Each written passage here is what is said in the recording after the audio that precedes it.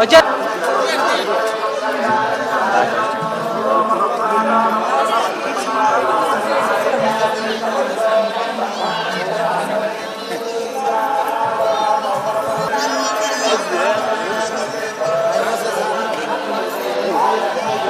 Road వెనకాల వచ్చాడు.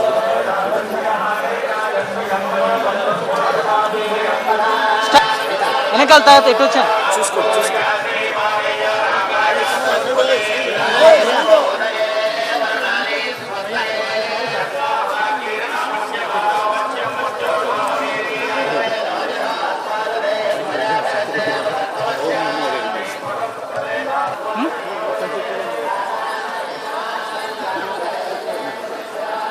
తీసుకున్నాం దాటాను.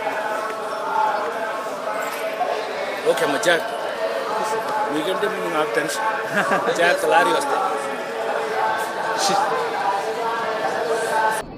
ఓం నమో వెంకటేశాయ.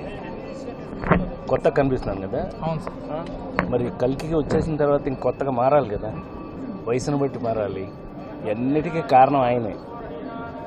47 సంవత్సరాల సినిమా జీవితంలో రకరకాల వేషాలు ఇస్తూ రకరకాల పాత్రలతో మీ ముందుకు వచ్చిన నేను ఇవాళ కల్కి వరకు కూడా ఒక కొత్త పాత్రలు చేయడం జరిగింది. అందులో భాగమే ఇది ఒకటి. ఇప్పుడు చేస్తున్న మంచి అంతా స్వామి, మన చేతిలో ఏమీ లేదు. అది అప్పుడప్పుడు ఆయనకి థ్యాంక్స్ చెప్తూ ఉండాలి, అది మన బాధ్యత. ఇవాళ వచ్చింది ఆ పనికి. సో ఒక కొత్త రాజేంద్ర ప్రసాద్ని మళ్ళీ మీరు చూడడానికి ఆయన బ్లెస్సింగ్స్ కోరుతూ వచ్చాను. మీ అందరికీ తెలుసు, ఆయన వేసిన భిక్ష రాజేంద్ర ప్రసాదము. ఆ కాటేజ్ కూడా ఎలా ఉందని అప్పుడప్పుడు చూడటం నా బాధ్యతగా, స్వామివారికి రోజు కరెక్ట్గా జరుగుతుందో లేదో చూడాలనే బాధ్యతతో స్వామివారి ఇచ్చిన బాధ్యతను నెరవేరుస్తూ మీ అందరూ కూడా జీవితంలో ఒక కొత్త వెలుగులతో కొత్త జీవితాలతో బాగా కష్టపడి, అందరూ కష్టపడిందే తినొద్దండి, అరగదు. కష్టపడి తింటేనే అరుగుతుంది. ఇప్పటి వరకు నేను పనిచేస్తూనే ఉన్నాను. షూటింగ్ నుంచే వచ్చాను, షూటింగ్కే వెళ్తాను. సో మరొకసారి ఆ స్వామివారి ఆశీర్వచనాలు మీ అందరికీ ప్రతి ఇంట్లోనూ పరిపూర్ణంగా ఉండాలని, ఈ నన్ను చూస్తున్న మీ అందరికీ కూడా ఆ స్వామి గొప్ప జీవితాన్ని, గొప్ప ఆనందాన్ని ఇవ్వాలని మనస్ఫూర్తిగా కోరుకుంటున్నాను.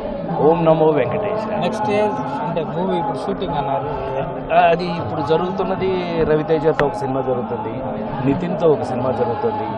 హరికథ అని స్వామి మీద ఒక పెద్ద సినిమా పీపుల్ మీడియా టెక్ వాళ్ళు తీస్తున్నారు. ఇలా అన్ని ప్రత్యేకమైన పాత్రల్లో నా అదృష్టం, స్వామి ఇచ్చిన అదృష్టం ఏంటంటే నా మీద ప్రత్యేకమైన పాత్రలు రాయటం. సో ఇక్కడి నుంచి మీ అందరికీ పండగే, సినిమాలతో పండగ చూసుకోండి. ఓం నమో వెంకటేశ్వర. హ్యాపీగా